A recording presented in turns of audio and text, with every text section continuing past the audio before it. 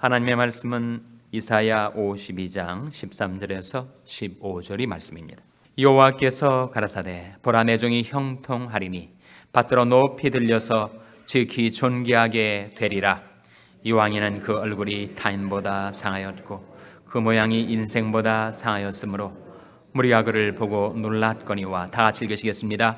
후에는 그가 열방을 놀랄 것이며 열왕은 그를 인하여 입을 봉하리니 이는 그들이 아직 전파되지 않은 것을 볼 것이요 아직 듣지 못한 것을 깨달을 것임이라 하시니라.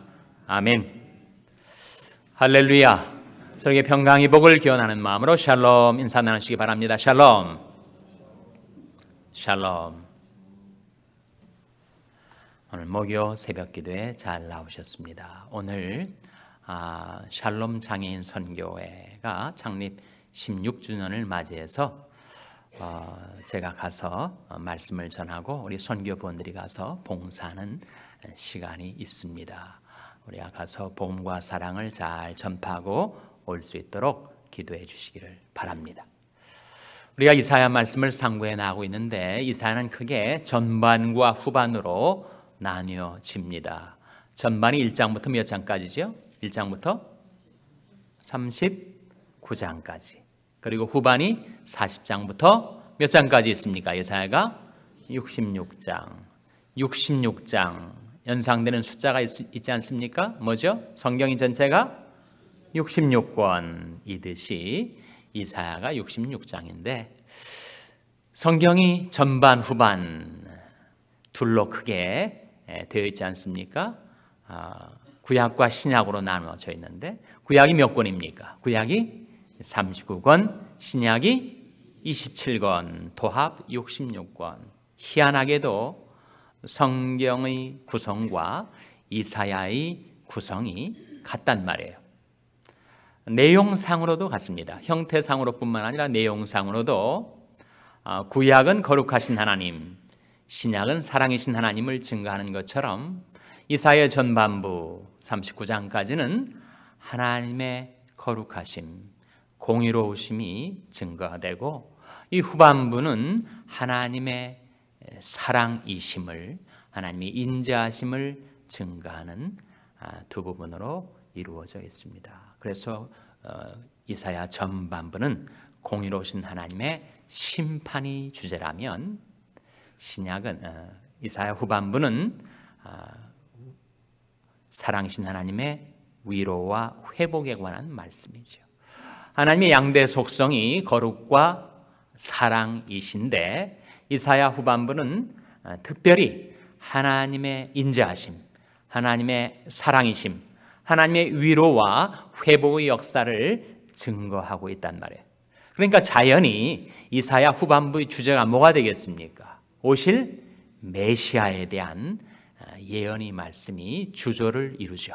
그래서 이사야 후반부에서는 바로 하나님께서 메시아를 보내셔서 죄인된 우리를 구원하신다라는 약속이 나타나 있습니다. 우리 죄를 따라 우리를 처치하지 아니하시고 우리 죄악을 따라 우리에게 갚지 아니하시는 것은 하나님의 공의에 위배가 되는 것이 아닌가? 그런 질문을 할 수가 있겠죠.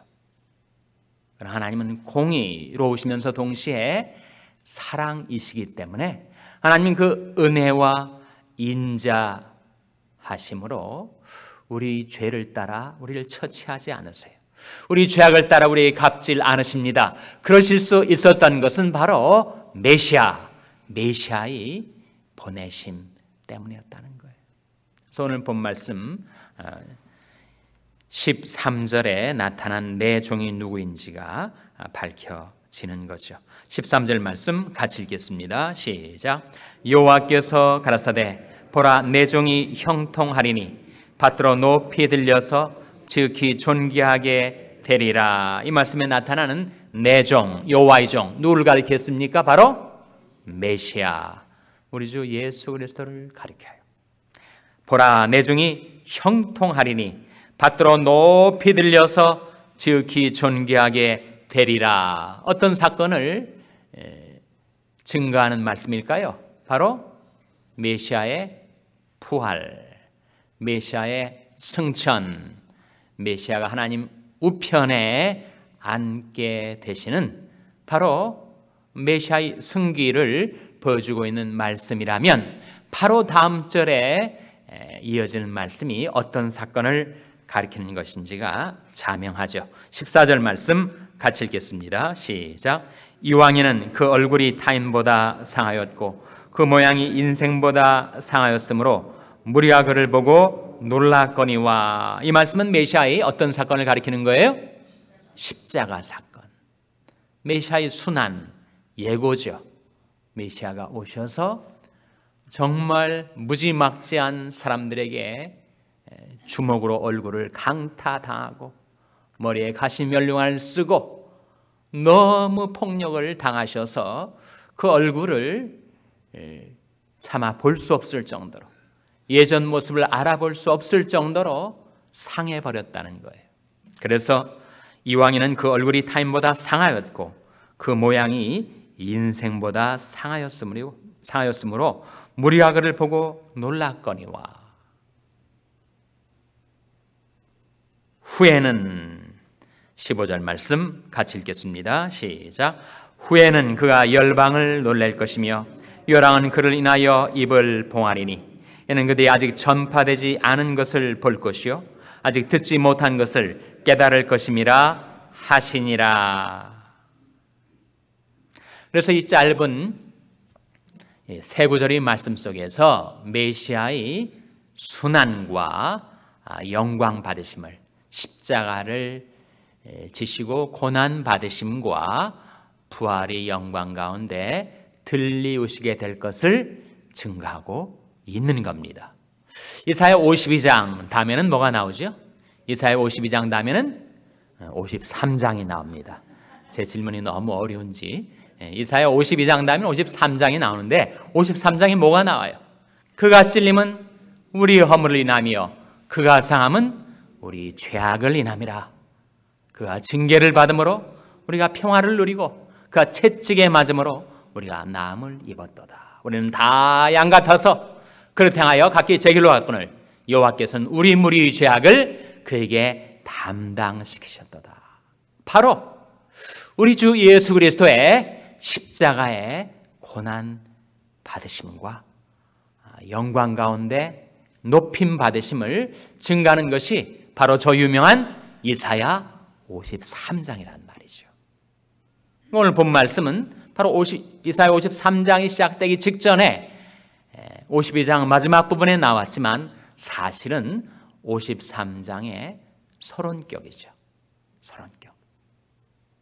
그래서 먼저 십자가의 순환과 부활의 승기를 증거하고 난 다음에 좀 더 자세히 53장에서 메시아의 사역을 이사야가 증거하고 있는 것입니다.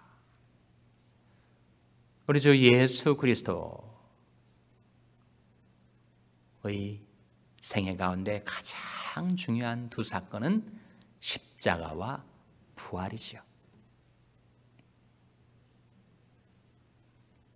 십자가 속에서 우리는 그리스도의 겸손하신 마음을 보게 됩니다. 그리스도의 인격을 대하게 되죠. 너희 안에 이 마음을 품으라. 곧 그리스도 예수의 마음이니. 겸손하신 우리 주님, 하나님의 뜻을 받들어 죽기까지 복종하신 우리 주님은 겸손하신 주님. 십자가는 주님의 겸손을 증가하고 있고, 그렇게 낮아신 우리 주님을 하나님께서는 부활과 승천으로 지극히 높여주시고 하나님의 뜻을 그리스도를 통하여 형통케 하신 것입니다. 그래서 이 13절 말씀에 여호와께서 가라사대 보라 내 종이 형통하리니. 내 입에서 나오는 말도 헛되이 내게로 돌아오지 아니하고 나의 뜻을 이루며 나의 명하여 보낸 일에 형통하리라. 하나님의 입에서 나온 하나님의 말씀이 하나님의 뜻을 성취하는 데 형통한 것처럼 하나님에게서 나오신 말씀의 본체 되신 우리 주 예수 그리스도께서 하나님의 뜻을 성취하는 데 있어서 형통하신 거죠. 그래서 하나님께서 예수님을 지극히 높여서 모든 이름 위에 더 뛰어난 이름을 주신 것입니다. 모든 무릎을 예수 이름에 꿇게 하시고 모든 입으로 예수 그리스도를 주라 하시나여 하나님 아버지께 영광을 돌리게 하신 것입니다. 그리스도의 부활의 영광은 십자가의 낮아지심이 있었기 때문인데 주님께서 얼마나 낮아지셨는가. 자기를 낮추시고 죽기까지 십자가에서 가장 비천한 죄수의 처형 방식으로 낮아지신 것입니다. 그 예수 그리스도를 우리 하나님께서 부활과 승천으로 영광 가운데 지극히 높여주신 것이죠. 그래서 이 오늘 본 말씀인 이사야 52장의 이 마지막 부분은 사실 신약 성경의 한 구절, 한 패시지를 그대로 옮겨 놓은 듯한 그런 의미, 그런 내용을 담고 있어요. 어떤 말씀일까요? 빌립보서 2장 말씀이죠. 빌립보서 2장 5절 이하를 우리 한번 같이 찾아보시기 바랍니다. 빌립보서 2장은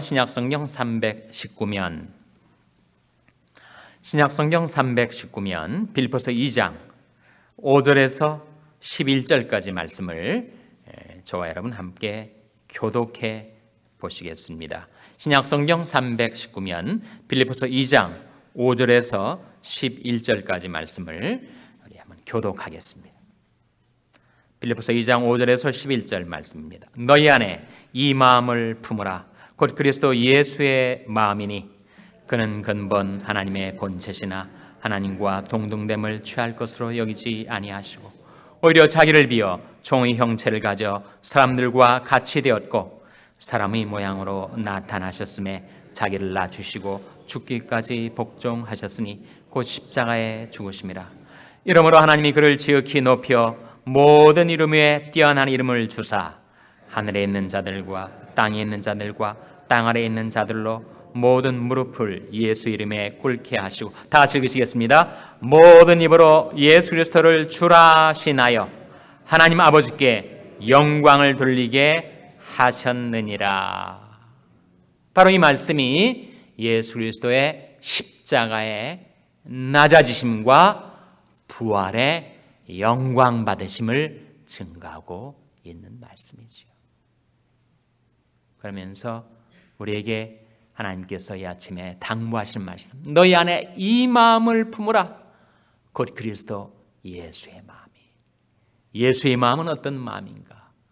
겸손하신 마음, 온유하신 마음, 하나님을 기대하고 하나님이 뜻이라면 죽기까지 복종하시는 그리스도의 마음. 우리가 그 마음을 품고 살아간다면 하나님께서는 때가 되면 반드시 우리를 높이셔서 하나님의 영광을 위하여 쓰실 줄로 믿으시기 바랍니다. 그러므로 하나님의 능하신 손 아래서 겸손하라. 때가 되면 너희를 높이시리라. 베드로전서 5장 6절에 나온 말씀, 그것은 진리입니다. 그러므로 하나님의 능하신 손 아래서 겸손하라. 때가 되면 너희를 높이시리라. 성경에 자연계에 하나님께서 법칙을 두셔서 자연 법칙이 있는 것처럼 인간이 삶 속에, 인생 속에 도덕 법칙을 두셨는데 가장 중요한 도덕 법칙은 진리인데 그것이 무엇인가? 자기를 높이는 자는 낮아지고 자기를 낮추는 자는 높아지리라 하신 법칙입니다.